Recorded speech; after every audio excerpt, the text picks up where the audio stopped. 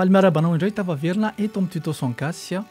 Ity ilay vidéo ny andrasanao mahakasika ny fomba azahoana vola ho anao beatmaker sy ho anareo musiciens izay micréer instrumental sy ny sisa izay tianareo ho amidy ilay izy, tianareo ahafahana mahazo vola amin'ny ny asa izay ho ataonareo.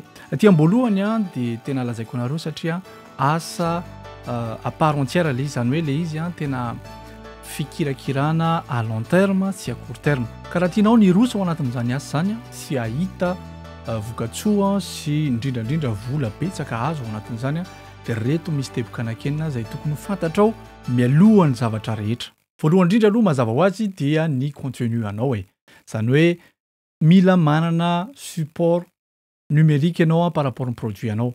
Izany hoe raha ohatra ka mbola tamin'ny cassette zany le hiranao ohatra dia mila avadikao numérique ilay izy, mila ampidirinao anaty ordinateur ilay izy dia tsy fantatro nataonao anaty CD, ataonao anaty USB, izay mahazatra anao fa mila anananao ilay izy eo akaikikaiky eo. Ny zavatra faharoa tokony anananao koa dia tokony hanana chaîne YouTube ianao.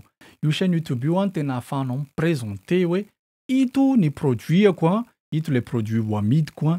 Io mihitsy zany ilay vitrine anao Ohatra ny jerenao an'ito vidéo ito zao tuto Sangasy dia manasa anao hisabone kosa aloha na izany azy. Fahatelo manarak'izay dia mila manana compte Instagram ianao par rapport ny nom anao. Mety ho label, mety ho producteur, mety ho nom d'artiste. Tsy fantatro na mety hoe anarana olon-tsotra fotsiny Ny mora indrindra dia ny créer Instagram satria ny Instagram dia validé ny plateforme rehetra tahaka ny page web anankiray. Dia noho izany zany izy zany tena important kokoa mihoatra noho ny Facebook, mihoatra noho izay site rehetrarehetra satria ny Instagram ange gratuit. Dia izany koa dia hitanao eo ambany eo koa ny compte Instagram koa. Dia manasanao koa hisabone sady ao anatin'izay ahafahantsika mifampiresadresaka ihany koa ny amitohy an'ity zavatra rehetra ity.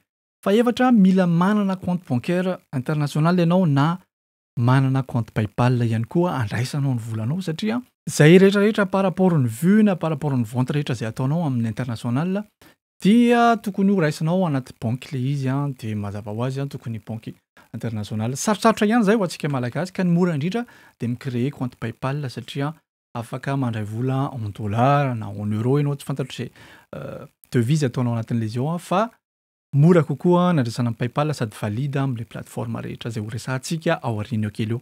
Sady teboka fahadimy no mifandraika ihany amin'izay niresahako teo aloha izay mila manana carte ianao, carte Mastercard na carte Visa izay ahafahanao manao achat en ligne amin'ireny karazana plateforme ireny satria misy zavatra ihany koa tokony hovidinao mba hahatonga ny vue anao ambonimbony kokoa, mbola ho resahako ihany koa izay rehefa avy eo. Kanefa zao raha efa manana an'ilay compte PayPal teo ianao dia tsy maninona satria afaka payenao avy amin'ilay compte PayPal ihany koa ilay izy.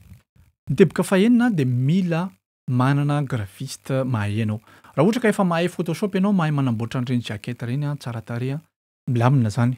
Fa raha ohatra kosa ka tsy mahay an'ilay izy ianao dia mila olona mpiara-miasa aminao na ohatra ny hoe olona izay alohanao vola manokana afaka manamboatra jacket satria ny jacket amin'izao fotoana izao tsy ohatra ny taloha intsony hoe format kelikely dia tsotsotra fa efa mitaky ny plateforme amin'izao hoe raha ohatra ka andefa amin'ny Spotify ianao, YouTube satria izany rehetrarehetra izany andefana an'ilay produit anao daholo. Ireny dia misy habean'ny format tsy maintsy hajaina ao anatin'izay misy arakaraky ny hira izay postenao dia tokony tsy maintsy hiova ilay izy fa tsy hoe sary anankiray akory dia ataonao amin'ny hira anankidimy mitovy fa tsy maintsy miova ilay izy isaky ny produit izay alefanao amin'ilay plateforme.